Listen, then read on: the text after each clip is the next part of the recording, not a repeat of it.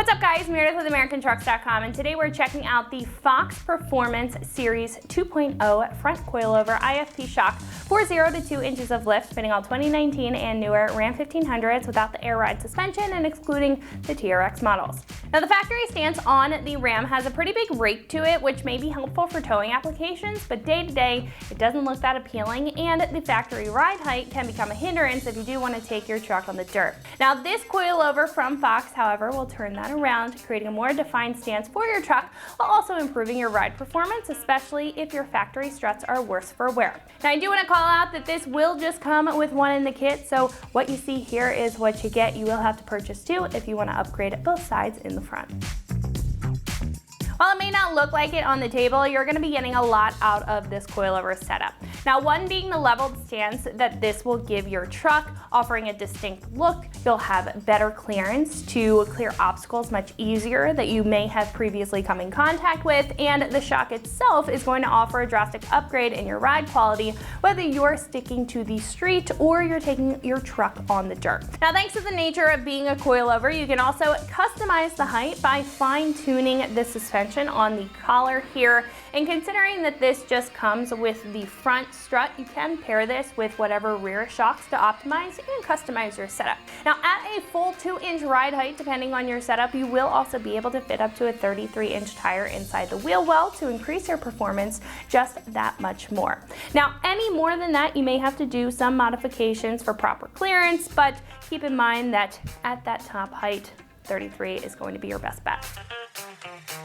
Now this is going to have a super in-depth construction, so stick with me here. Starting off with the body of the strut, this is going to be made of a 2-inch diameter impact extruded and CNC machined 6061 T6 anodized aluminum. Now to break that down, this is going to have a large capacity for that IFP or internal floating piston and shock fluid inside for efficient valving, and is super tough to resist damage even if you're taking these on the toughest of trails. Now the shaft will also be 5/8-inch hard chrome-plated heat-treated alloy steel, which will resist any nicks and bending, which is going to be crucial to keep the shock working properly over time and to resist any leaking. Now the internal floating piston and the gas-charged design that I mentioned before will also be high flow, allowing smooth transfers on larger hits while still being responsive for a comfortable ride no matter what terrain you're on, while also resisting shock fade over time when the shocks are worked really hard. That shock fade is what you feel in like the factory shock when it gets squishy.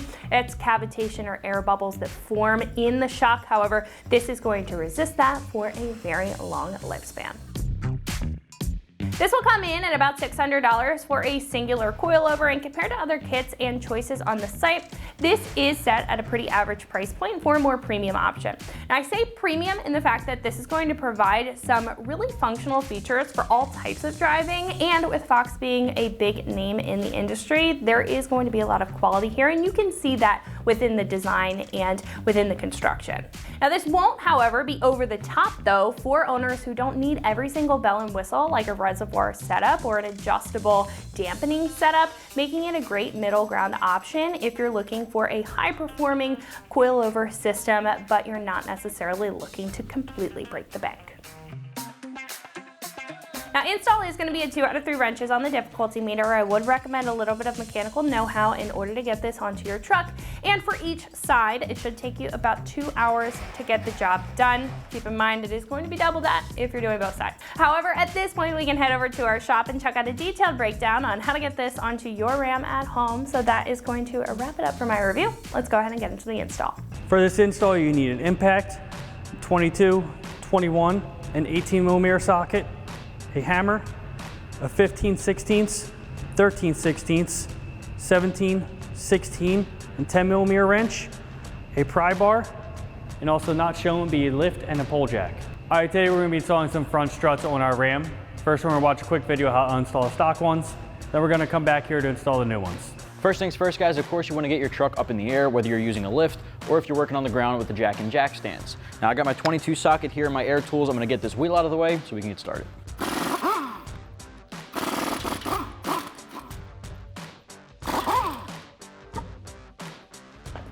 First thing we're going to do with the wheel out of the way is disconnect a couple of ABS line clips. That way when we're lowering down our entire spindle, it's not putting extra pressure on our brake lines.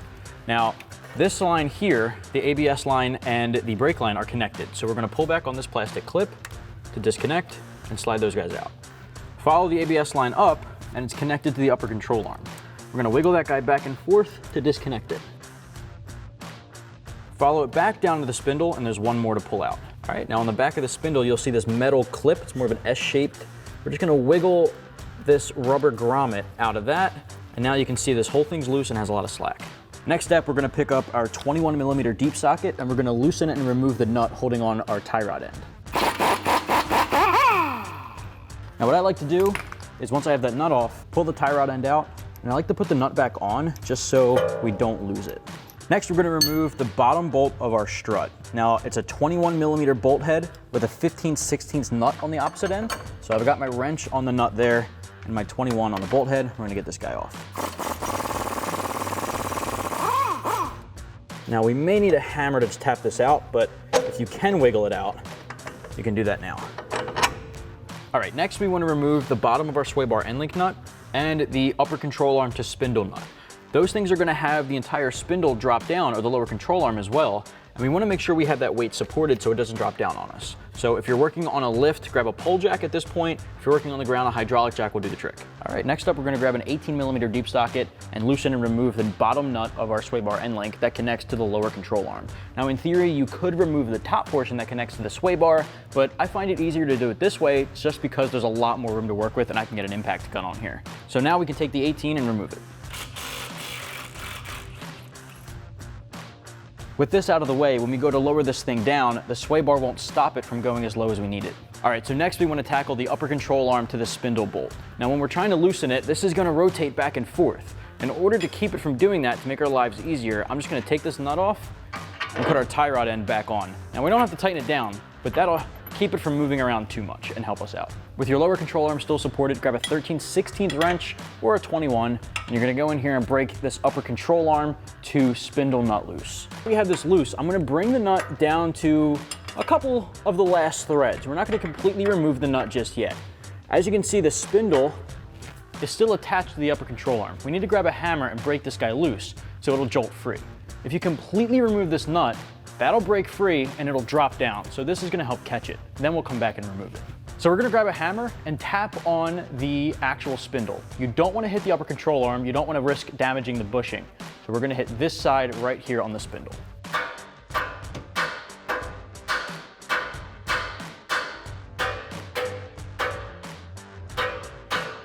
All right, so you saw us break that loose. Now we can remove our nut.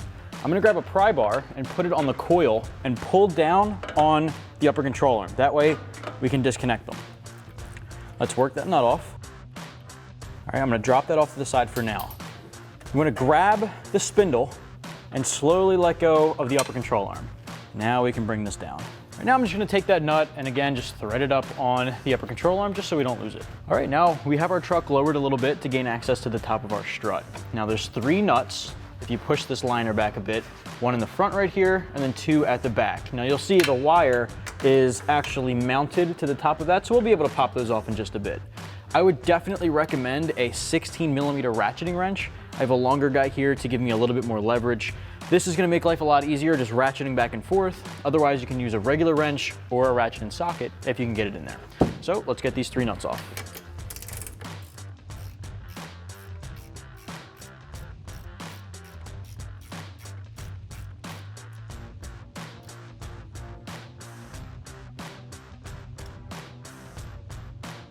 All right, so now I'm just reaching my hand back in here and I'm gonna wiggle back and forth the wiring harness to get them off of the stud. All right, so we got one of them off, this little clip. Just pull that back and rotate it up. Let's do the same thing on the other one. And again, I know this is tough to see, really just pushing it out of the way. All right, so now we're switching back over to our ratcheting wrench and we're gonna work off the last 2 bolts.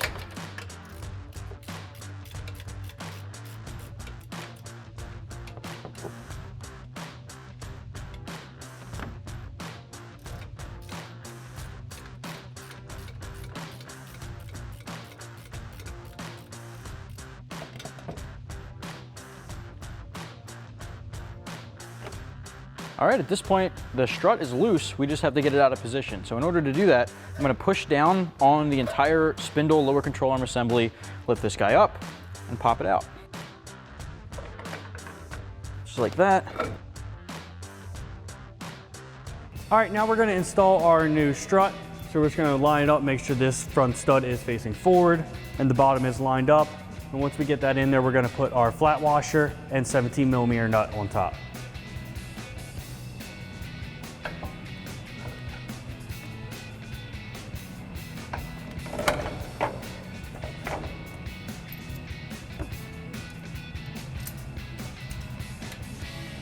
All right, then we can go ahead and put our other 2 washers and nuts on our other studs.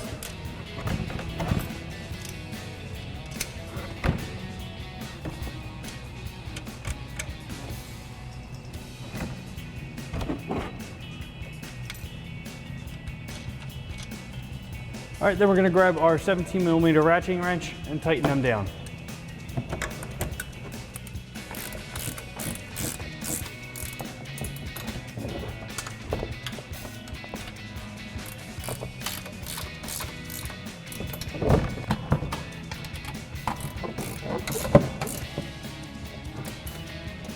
All right, then once we have them tight, we could just put our wiring harnesses connectors back over our studs, secure them in place. All right, now we have our vehicle raised up a little bit more. We're gonna put our pole jack under our lower control arm. We're just gonna raise it up so that we get our strut bolts into place.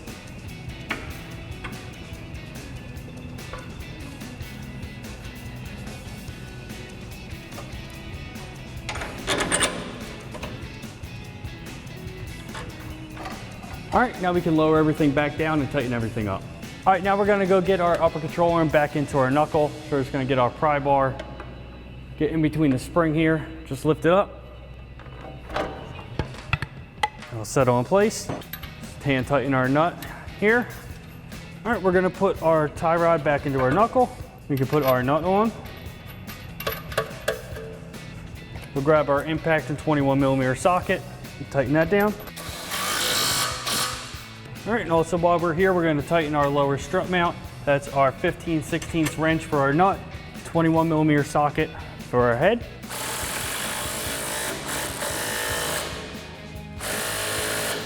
All right, now we're gonna come underneath on our lower control arm and reinstall our 18mm nut for our sway bar link. Grab our impact and tighten that down. All right, so now we're gonna tighten our nut for our upper ball joint. We're gonna grab our 13/16 wrench. We're also gonna grab a 10mm wrench to hold the stud so it doesn't spin on us.